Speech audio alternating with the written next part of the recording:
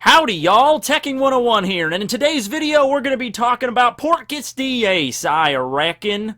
Okay, I'm not going to do that the entire video, and I apologize to everybody from the American South. But anyway, this is another what-if scenario video. I always like making these because I look at a situation in One Piece, usually something really important like the war at Marineford, and I like to think about what could have happened if it went this way instead of this way. How would it have changed the One Piece world in any meaningful way? And this one is probably going to be the most controversial that I've done so far. Let's see, the three that I've done so far, I did what if Luffy was a Marine, what if Whitebeard won Marineford, and what if Aokiji became the fleet admiral instead of Sakazuki, and I have all those up here in a playlist. Now, with the Luffy becoming a Marine one, I basically had to go back into his childhood, like when he was being raised by Garp, and I had it like so he never met Shanks, and so Luffy never really felt like the need to become a pirate, and he was just raised by Garp, and then he became a Marine like Garp wanted. The problem with this one is that Ace was already a pirate by the time he was offered the invitation to join the Warlords. So you're gonna have to take this one with a few more grains of salt. I know there might be many of you that are like, you know, this would never have happened. Yes, he was invited to join the Warlords, but Ace at that point would never have joined the Warlords. Well, let's just take a look at this and let's actually see how this is gonna go down. But one thing I have to bring up though before we get really into it is that some of this information is actually going to come from the One Piece light novels. There are two right now that are all about Ace, and these were actually mentioned all the way back in last year around the 20th anniversary of One Piece. They released those special limited edition One Piece magazines, and I think it was the second one that talked a lot about Ace's backstory, and it actually went into detail involving his crew, the Spade Pirates and Masked Deuce, and it named all of his crewmates, and you know, it was going to be talking about like how he was going to join the Whitebeard Pirates and just like the adventures that he had, you know, how he ate the Mera Marinomi. It also introduced the character of Isuka, who was a Marine ensign who was like the smoker to Luffy. You know, she was the person that always chased around Ace. She was a member of the Marines. So, yeah. By the way, nailing Asuka, probably not the best epithet that you could be given, but she uses a rapier, and that's how she fights, okay. Well, that was all mentioned in the magazine, and Oda gave, like, some rough sketches with all of this, but now there's some light novels that are out. I believe there's 2 volumes. I don't know if there's going to be a third. It might just be 2. One of them was released last April, and the second volume was released, like, just last month, okay.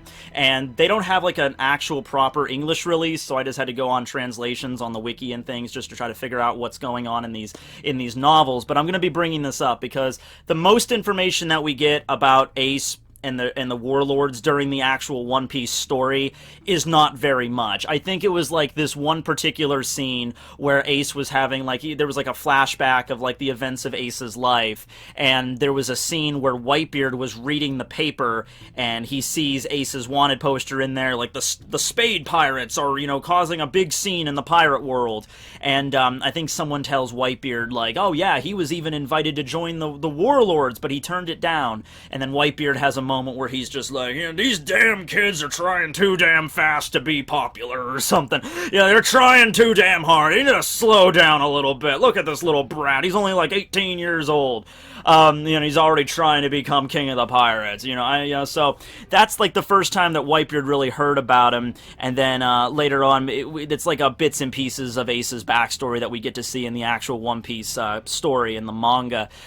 So that's like the most we have to go on there. In the novel, it's expanded a little bit on exactly who invites Ace to join the Warlords and how he handles that situation in there and why exactly he turned it down. And so something about Ace that's rather fascinating to me is that, okay, Ace's father is, of course, Goldie Roger. Ace does not care for this very much. He doesn't like his father very much, particularly because, I think it's because of Roger and his reputation in the world as this infamous king of the pirates.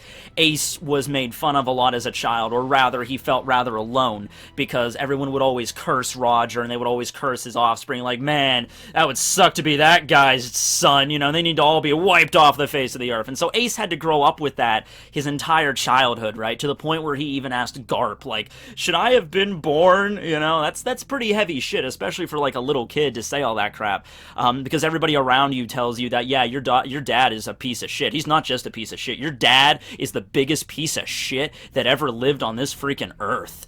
The stuff that he did, the pirate era he started, responsible for the deaths of, like, you know, thousands of people, that's all on your dad, and that's all, and anybody that he has as an offspring, they should immediately be killed as recompense. You know, that's some heavy crap to deal with when you're young.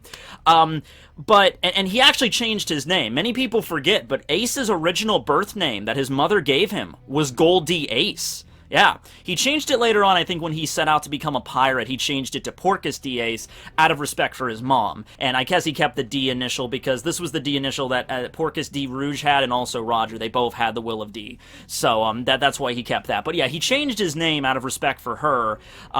So he doesn't care for Roger very much, yet he became a pirate. See, that's the weird thing, because he had the similar kind of upbringing as Luffy, with Garp, you know, trying to train them to become Marines. That's what he wanted from both of them. You know, you're gonna grow up and be fine young Marines someday, boys. And of course, the reason Luffy decided to become a pirate was because he met Shanks, like I said. But what about Ace? What was the reason for him to become a pirate? It's actually left kind of vague, because the first time we see Ace, he's hanging out with Sabo, because you remember, you know, Luffy first meets Ace at Dadan's place. Ace, like, spits on him and just, like, you know, they chase each other through the forest every day. Eventually, Ace arrives at Grey Terminal and meets Sabo there when they were kids, and they were talking about saving up all that money and all that treasure so they could set out to sea. So, Ace wanted to be a pirate the same as Sabo at a young age. Now, maybe this would be Sabo's influence, because Sabo's big thing was Sabo wanted to get away from his family, he wanted to get away from the Goa Kingdom, he wanted to get away from the entire island and sail out to sea as a pirate, because that's where you have, like, the most freedom, because he just hated his life as a noble. So it's possible that maybe Sabo influenced Ace to the point where it's like, yeah, we could be pirates. And Ace did tell Sabo and Luffy when they were kids about his upbringing, about who his father was, and also to keep it a secret.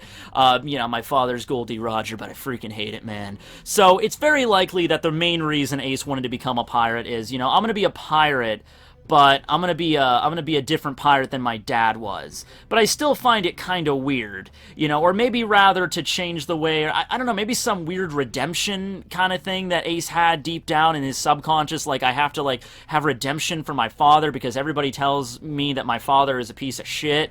I have to find something worthwhile here, and I'm gonna find it if I become a pirate too. Maybe something like that. But suffice it to say, the reasoning for Ace, you know, wanting to become a pirate with Sabo and everything, the reason's maybe a little bit more ambiguous than what Luffy's reason was to become a pirate. Now, after the incident involving Sabo being almost killed by St. Jalmac, for all intents and purposes, Ace and Luffy thought that he was killed. Of course, he was rescued by Dragon and everything, but they didn't know that. After that incident, I think it cemented it in a lot more when they were, you know, staring out over the ocean on that cliff, and they started, you know, Luffy was bawling his eyes out, and Ace is like, stop crying, and he's, you know, weepy too.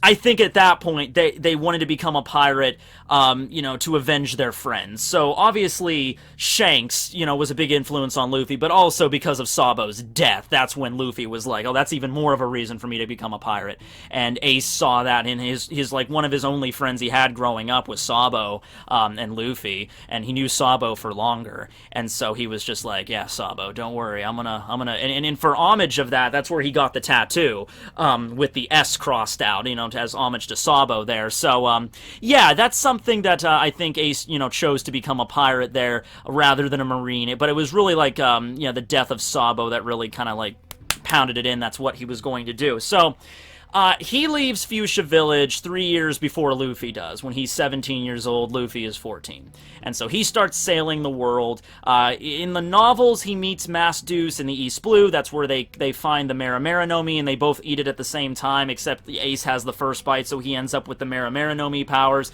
in a scene where they're just sitting around eating a fruit on a, you know, just a deserted island, and they take a bite out of it, and then, you know, Masseuse is just like, wait, what are you doing? Oh my god, look at your hand. He's like, oh my god, I'm on fire! So, they use that power to escape the island, and then he starts gathering his Spade Pirates together. Like I said, I made a whole video about this involving, you know, the Spade Pirates and everything.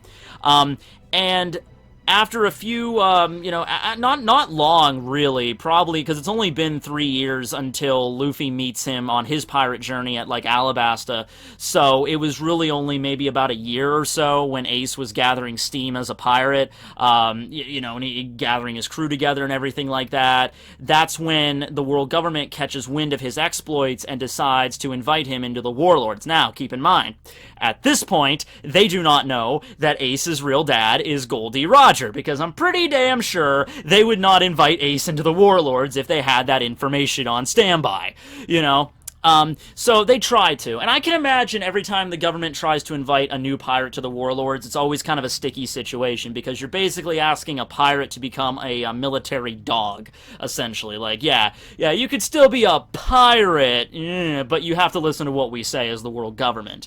But in exchange, you could basically do whatever you want. We'll give you a little bit more leeway with your pirating activities, provided that you do what we say and you try to eliminate the other pirates. Some probably say yes, some disagree. I imagine most of them join up with the Warlords just to further their own ambitions or their own goals, or trying to manipulate the government in some way. Like, how many times has that happened?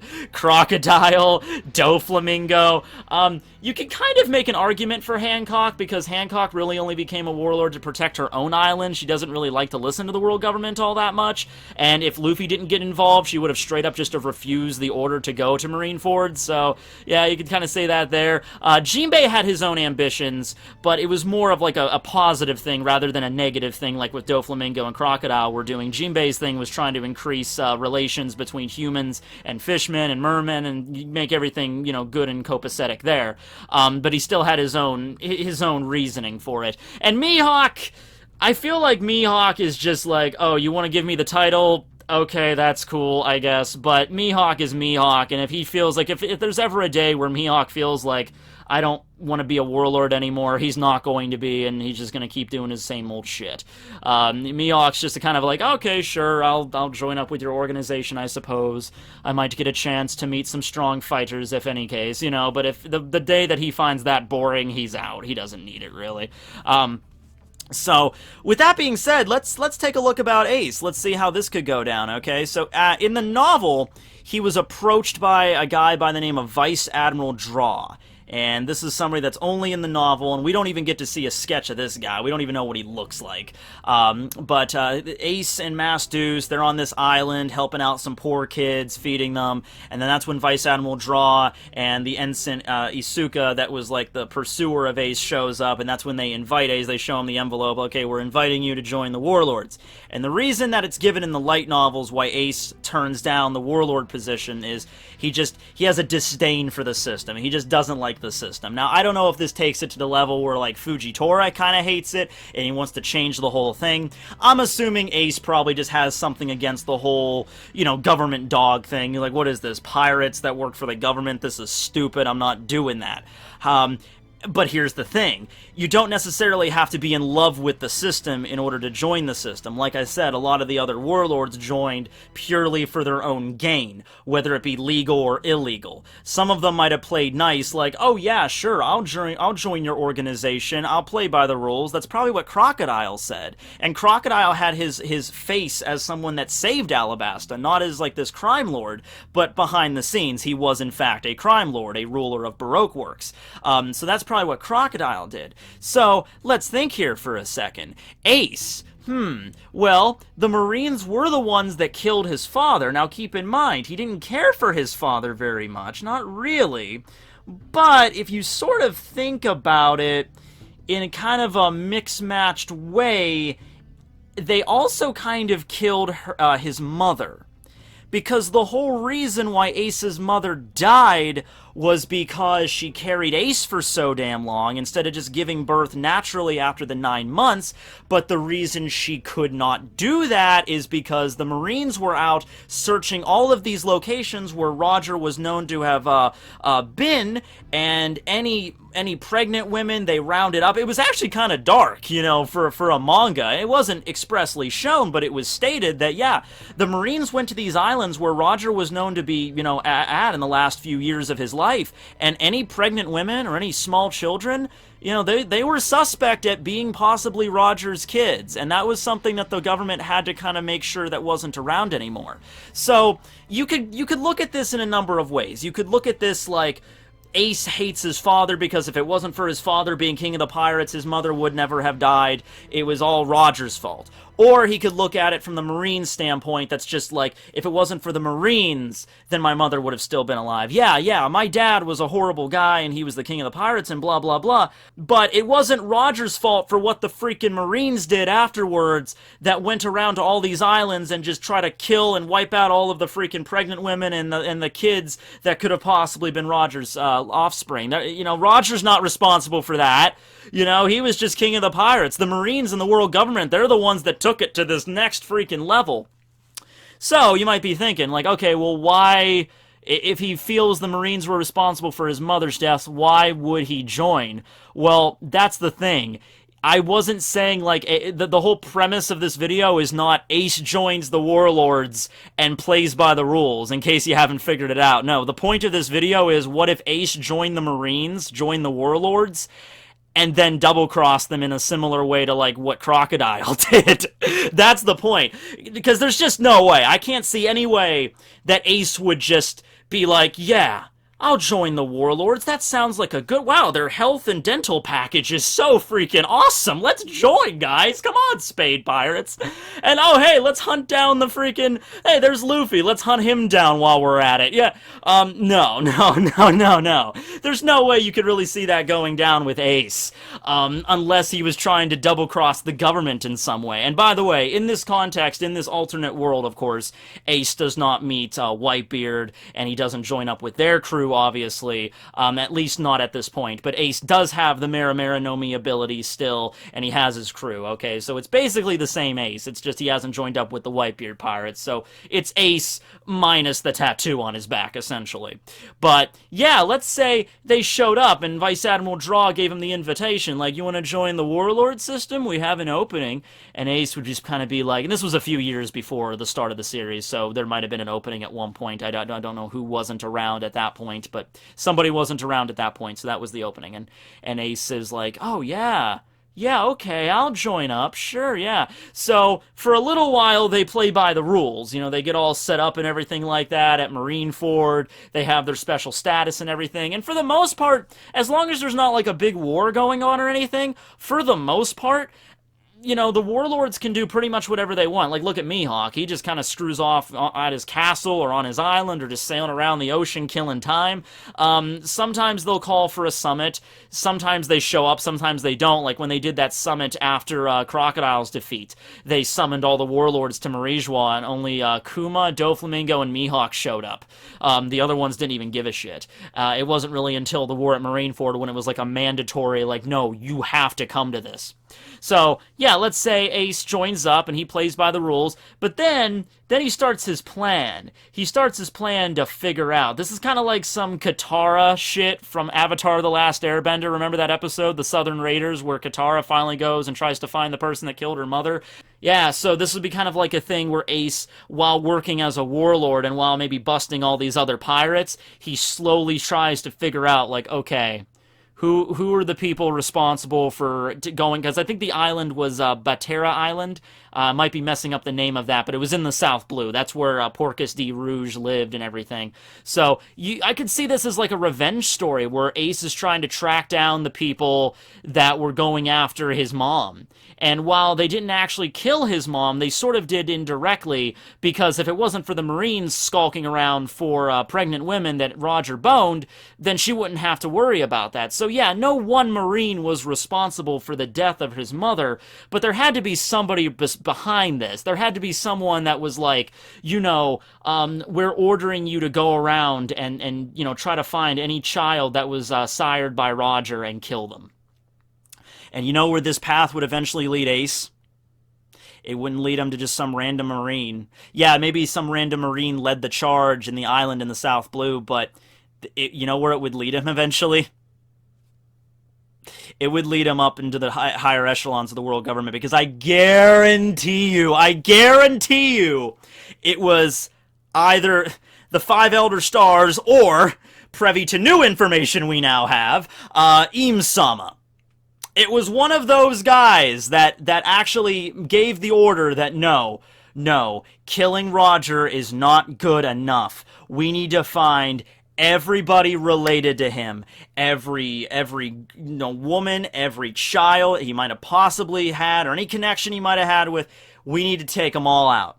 I guarantee you that was an order from the higher-ups, okay? So let's say Ace finds out about that. Let's say he joins the freaking Warlords, plays it by the rules for a few months, and then he slowly starts to figure out, like, oh, okay, this person gave the order to this person, oh, wow, this goes up a lot higher. How high does this go? And he eventually finds out that it's the freaking it's the people in Marijois, it's freaking the Five Elder Stars that did it. Now, it's not impossible for Warlords to gain access to Marijois, because we already saw that with the summit that they had after Crocodile was defeated by Luffy. I just mentioned that. How Mihawk, Kuma, and Doflamingo, they arrived at the Holy Land, and they were there. They were there in Pangaea Castle, the same place where the Five Elder Stars reside. So I can imagine this. I can imagine after Ace finding out what happened, it might actually be that same summit. Imagine Ace being a warlord for a few years, and then by the time Luffy defeats Crocodile, he's still a warlord. He hasn't really met Luffy yet, because that kind of screws everything up,